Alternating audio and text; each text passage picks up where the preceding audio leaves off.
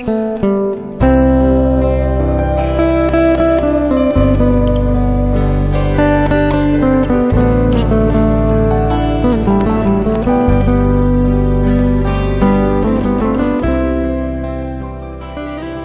halo, selamat pagi guys. Assalamualaikum. Waalaikumsalam. Selamat pagi, Ki. Oke, sekarang kita ada meet untuk progres pada minggu keempat ya, di hari Minggu ini 29 November. Jadi dari progres kita minggu keempat ini kan sesuai jadwal ya, sudah dilakukan pembagian bagiannya. Kalau di Desa Mangkumang di Darwin bikin box wadah, di sini di gua di Jakarta bikin tungku pembakaran. Dan ada aspek baru ya, sistem digitalisasi yang nanti sama Yuda mungkin bisa dijelasin lebih lanjut progresnya. Nah, pertama mungkin dari sisi gue ya, dari di minggu keempat ini sebenarnya berhasil untuk menyelesaikan masalah di minggu ketiga. Minggu ketiga itu di tungku pembakaran ini ada keterlambatan. Keterlambatannya itu sampai satu minggu lah kira-kira untuk ini. Karena keterlambatan ini berupa mitra kita di bengkel nggak ini. Pertama karena alasannya itu mereka minggu awal kemarin, pada minggu ketiga kemarin mereka rada sibuk, jadi banyak kerjaan, jadi belum dikerjain itu pembuatannya. Nah, baru dikerjain itu pada hari Sabtu di minggu ketiga. Jadi kan itu udah akhir-akhiran pada itu. Padahal harusnya kan dari awal minggu ketiga dibuatnya. Dan ternyata dibuatnya itu pada akhir minggu ketiga. Tapi setelah dibuat ini, gue mulai ganti strategi. Dapat saran juga dari bokap, dari ayah gue, untuk dimonitoring langsung sampai 1 hari sekali untuk benar-benar ngeliatin kalau bengkel ini kerja, biarin mereka juga benar-benar jalan gitu. Dan ternyata berhasil. Dari hari Sabtu, hari Minggu, hari Senin, hari Selasa, dan hari Rabu akhirnya mereka bisa nyelesain dalam waktu 5 hari yang tadinya dalam span waktu 2 minggu harusnya. Dan ternyata berhasil dan benar. Dan kemarin itu juga cat anti panasnya ini sendiri, cat jotunnya ini sebenarnya nggak ketemu di daerah sini karena habis. Terus juga ternyata kalau mau beli di luar mahal 1 juta. Jadi alternatifnya itu kita pakai cat Pilox Samurai yang juga sebenarnya bisa tahan terhadap derajat panas, tapi cuma sampai 150 derajat Celcius lah kira-kira yang bisa buat pilox di knalpot gitu kan, panas juga tuh. Jadi itu alternatifnya dari cat anti panas. Terus kemarin itu yang jadi keraguan kita itu ongkos kirim, karena jomplang banget ongkos kirim dari satu perusahaan di perusahaan lain. Yang satu perusahaan 12.000 per kilo, yang sekarang akhirnya kemarin kita dapat di 6.200 per kilogram, dan akhirnya ongkos kirim kita itu bisa masuk ke dalam budget, yakni cuma 775.000. Dan kemarin juga telah dites mesinnya. Tesnya ini sebenarnya masih tes tahap pertama doang sih, masih tes amatir karena nggak ada alat pengukur panas dan nggak ada alat pengukur anginnya. Tapi dari kinerjanya sama seperti di video yang kita iniin, di video Raja Pengering yang referensi utama kita buat ngebuat mesin ini. Dari kinerjanya sih, dari penyedotannya juga udah sama sedotannya, kekuatannya, terus hempasan dari blower panasnya itu juga udah sama, walaupun belum ada alat pengukur yang benar-benar tahu satuan dari penyedotnya itu udah panas atau enggak. Tapi kalau dari amatir, dari kasat mata udah sama.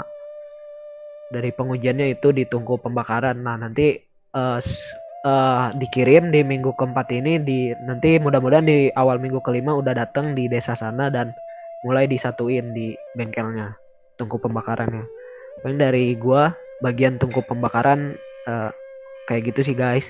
Kalau dari Darwin bagian boxnya gimana di desa sana? Untuk bagian box ya, terakhir gua ke sana tuh hari Jumat ya, dan itu boxnya udah berdiri, udah dipasang, tinggal yang kurang itu di bagian mesin lubang untuk mesinnya ya, karena kan kita juga belum masih nunggu mesin itu tiba di bengkel di kampungku ini. Jadi tinggal melubangi untuk saluran blowernya, sama satu lagi nanti ada pintu untuk mengeluarkan padi yang udah kering gitu. Jadi itu doang kalau untuk box kemarin ya. Kemudian kalau kita juga nanti butuh cat, paling dicat sedikit gitu. Itu kekurangannya. Sama satu lagi kemarin itu kan kita bermasalah di kasanya ya, kain kasa yang di tengah itu kemarin juga udah dapat solusinya, dan ya akhirnya gitu. Palingan nanti pemasangan kasanya itu kan kemarin belum dibuat rangkanya gitu, jadi palingan itu doang lagi yang selesai gitu. Di hari Jumat kemarin. Oke. Kalau dari sisi Yuda progresnya seperti apa ya? Pribadi sih ini masih kayak rencananya kan mau bikin IoT. Nanti kan gue yang bikin di sini di Bandung. Belum rencananya Senin gue mau beli alat-alatnya. Nah di sini sih gue mau mastiin lagi si IoT ini diperlukan atau enggak, takutnya kan mubazir atau bagaimana. Terus dipikir-pikir kemarin keputusannya itu adalah alat ukurnya adalah suhu. Gue mikir ukurnya suhu. Mungkin si alatnya akan merespon suhu gitu. Alat. Misalnya gue dengan 60 Celsius. Tahu dia merespon bukan tadinya yang alatnya yang bisa panasnya yang bisa atau mungkin bisa dibilang overheat gitu kan. Atau emang mau. Terus gue mikir kayaknya mendingan waktu aja gitu. Kira-kira padi bisa kering dalam berapa ya? Waktu berapa ya? Emang si alat atau enggak emang si alat sebagai reminder ataupun waktu mengingatkan kepada petani di sana untuk menggunakan alat tersebut. Jangan terlalu lama untuk menjaga awetnya alat tersebut. Kayak gitu. Bisa aja misalnya 1 sampai 4 jam untuk pengeringan padi. Kalau melebihi itu alat akan overheat misalnya. Jadi untuk menjaga alat terus alatnya bisa aman gitu. IoT ini timernya. Dari sama Diki gimana? Gua telat ukurnya tetap atau emang waktu. Kalau dari gue ya mungkin bener itu dari suhu, dan kalau bisa sih iya paling dari waktu juga bisa. Karena kalau dari suhu benar kata lu, batas di 60 derajat Celcius itu emang udah overheat ya. Karena target kita itu sesuai rujukan di BB Pertanian itu 40 sampai 45 derajat Celcius aja dalam waktu 11 sampai 13 jam itu pengeringan padi. Jadi emang sih itu berguna banget, apalagi kan kalau ditinggal gitu aja kan tetap kepanasan kan, nggak tahu ya petani di sana gimana ininya panas atau enggaknya. Terus juga dari waktunya juga kalau misalnya kebablasan juga ngerinya kekeringan itu padinya, misalnya kecepatan nanti kadar airnya masih banyak gitu sih. Kalau dari gue ya mungkin benar itu pengukuran suhu, dan kalau bisa pengukuran waktu. Tapi kalau misalnya bisa satu aja, paling kita pilih yang pengukuran suhu aja sih. Paling seperti kalau gue kayak gitu. Kalau Darwin gimana? Ya biasanya kita kalau waktu mungkin tergantung dari tingkat basah dari padi. Jadi baik juga sih. Gimana baik juga?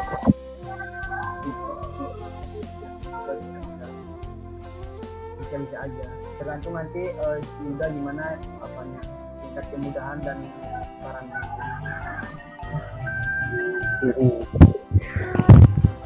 Iya, Oke. dan mungkin kita juga resiko telat ya, tapi nggak apa-apa. Oke. Iya, Sebenarnya gini, yang gue bingungin tuh si alat IoT ini kan dia akan merespon suhu, misalnya kan panas. Nah, yang gue khawatirkan tuh dia tuh meresponnya tuh ke mesin si blowernya. Jadi dia merespon panas blower. Jadi ketika si blowernya udah mencapai 60 Celcius atau maksimum di mana suhu panas, dia tuh buzzernya nyala gitu. Nyala berbunyi gitu. Tapi padi masih dalam kondisi basah kayak gitu. Tapi kalau emang jadinya patokannya waktu, kita bisa menentukan di mana si alat ini harus mati gitu.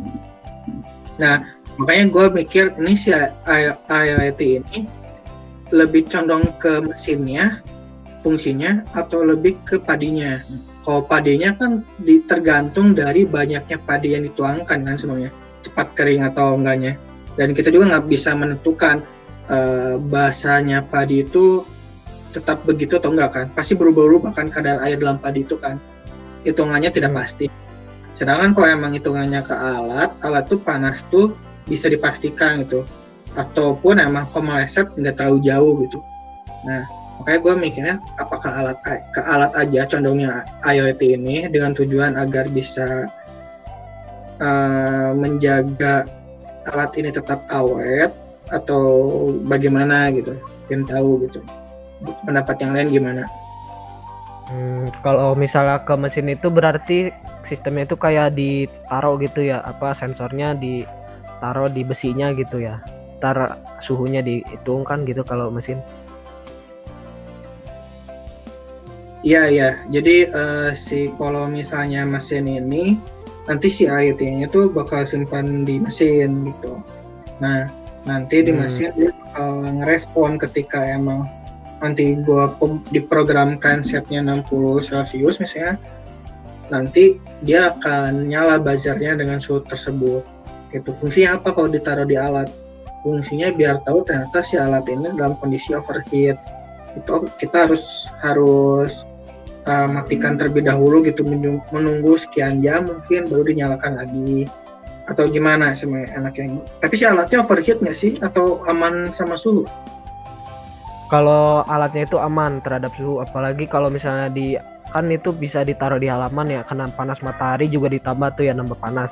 Itu kemarin udah diinin juga itu tahan. Emang umumnya itu ditaruh di luar ruangan sih itu, jadi tahan terhadap matahari dan tahan terhadap hujan juga, dan tahan terhadap panas juga sama.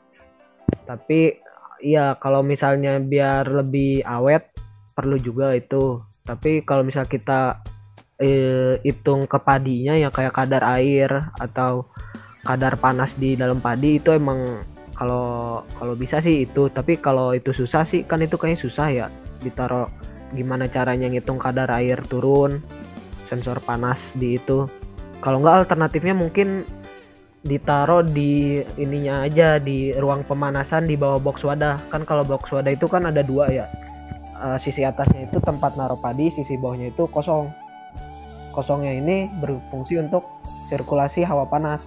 Jadi sama kayak di boil gitu, kayak diuapin terus panas ke atas. Nah, mungkin kita alternatifnya itu bisa taruh di sisi ini, di ruang plenum namanya, di ruang bawah dari box wadah itu. Nah, ditaruh di situ buat ngukur suhunya ini apakah udah 40 sampai 45 derajat yang ideal kita, atau malah overheat. Suhunya ini 60 derajat. Kalau overheat kan berarti padinya lebih kering lebih cepat dan ngerinya kekeringan ya. Gitu sih paling kalau menurut gue alternatifnya. Kalau nggak di mesin, kalau nggak di padi, mungkin alternatifnya ditaruh di situ. Oke. Gimana? Kalau dari gue sih, kalau di mesin nggak masalah juga ya. Jadi nanti dia otomatis mati gitu kan maksudnya ya. Jadi otomatis mesinnya otomatis mati ketika ibaratnya kita atur 1 jam. Udah 1 jam dia mati tiba-tiba gitu kan ya. Kalau di mesin maksudnya. Iya. Nah, kalau begitu berarti kita juga nggak, kalau itu kekurangannya mungkin kita nggak bisa mengetahui suhu dari pemanas kita, itu doang sih. Suhu dari pemanas kita yang tadi yang di bawah itu kan suhu kita kan nggak bisa diketahui jadinya, intinya gitulah. Kemudian kalau di kekurangannya kalau kita pakai yang di yang di bawah boxnya, di bawah padinya lah, di bawah kasanya ibaratnya gitu ya, itu bagus. Jadi kita bisa tahu nanti suhu dari penguapan gitu berapa gitu, dan kita juga bisa atur mungkin nanti kan kalau dari situ. Tapi nanti kekurangannya mungkin, tapi ini bisa diabaikan juga sih, palingan di pemasangan nanti kalau kita butuh selobangan lagi buat mesinnya gitu ya. Nah jadi kita nanti kalau target kita hari Jumat sudah praktek, otomatis kan boxnya udah di kampung, maksudnya udah di kampung gua gitu. Sedangkan untuk melobangi itunya lagi masalah tentu ke bengkel lagi, paling di situ sih. Itu kendalanya mungkin di bawah. Tapi kalau bagusnya kayaknya sih lebih bagus di bawah ya, jadi kita ketahui suhunya berapa. Oke. Berarti nanti si IoT-nya nanti gue simpan di bawah. Berarti nanti oke.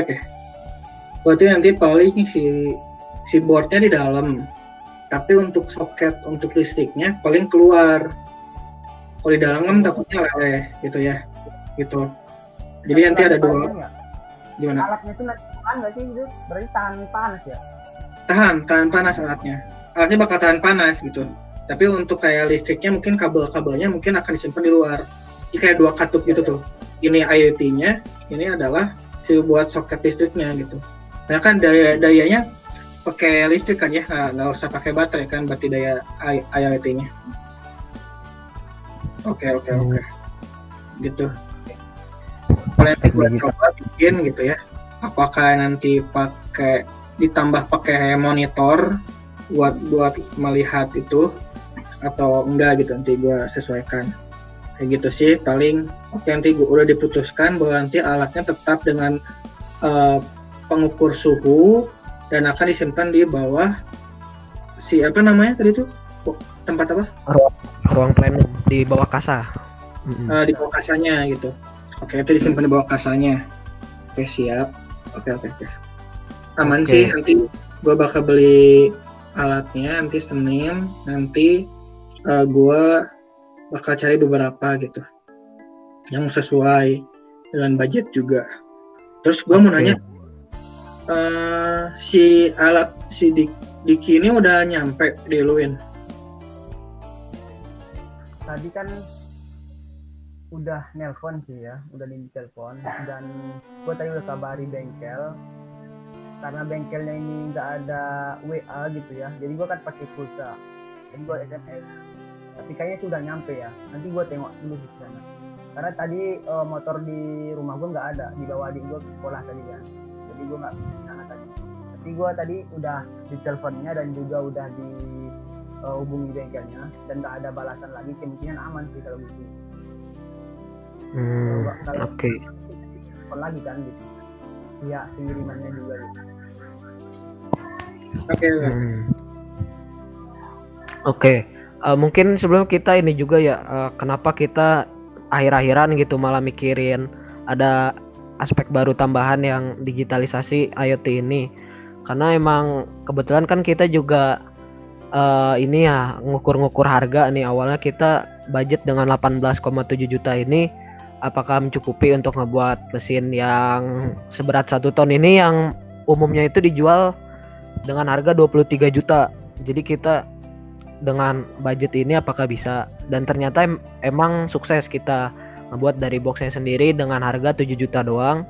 Dan kalau misal kita beli di Raja Pengering di perusahaan emang produsennya ini, itu boxnya itu harganya 10 juta dan kita berhasil ngebuat di harga 7 juta untuk ukuran 1 ton.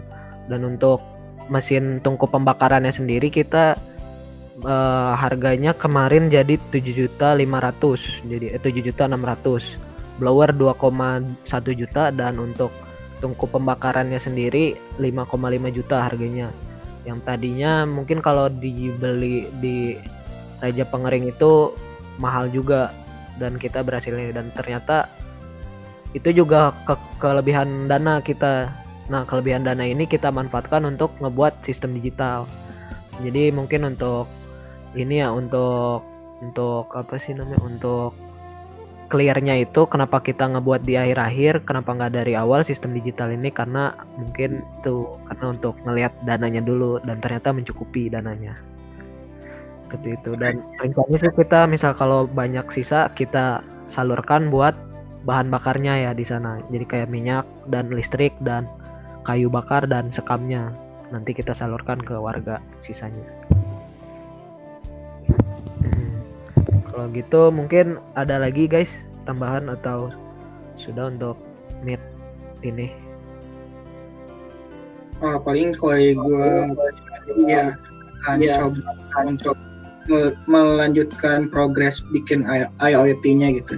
Nanti Senin gue bakal beli alat-alatnya sama coba-coba gitu. Oke, siap untuk week 5 ya. Paling rencana itu ya, rencana kita eksekusi untuk percobaan langsung itu di hari Jumat. Kalau nanti alatnya tepat waktu hari Jumat minggu kelima, berarti tanggal berapa tuh? Tanggal 4 ya? Iya, oke, tanggal 4 targetnya. Oke, kalau gitu mungkin mudah-mudahan kita juga bisa ya di tanggal 4 itu udah ini, dan mudah-mudahan juga lancar itu IoT-nya di sana di Bandung. Dan ya mudah-mudahan lancar ini mesin kita. Mungkin kalau dari kita itu dulu ya teman-teman untuk pertemuan week 4 ini, progres week 4 ini. Oke, kurang lebih mohon maaf dari gua. Assalamualaikum warahmatullahi wabarakatuh. Waalaikumsalam warahmatullahi wabarakatuh.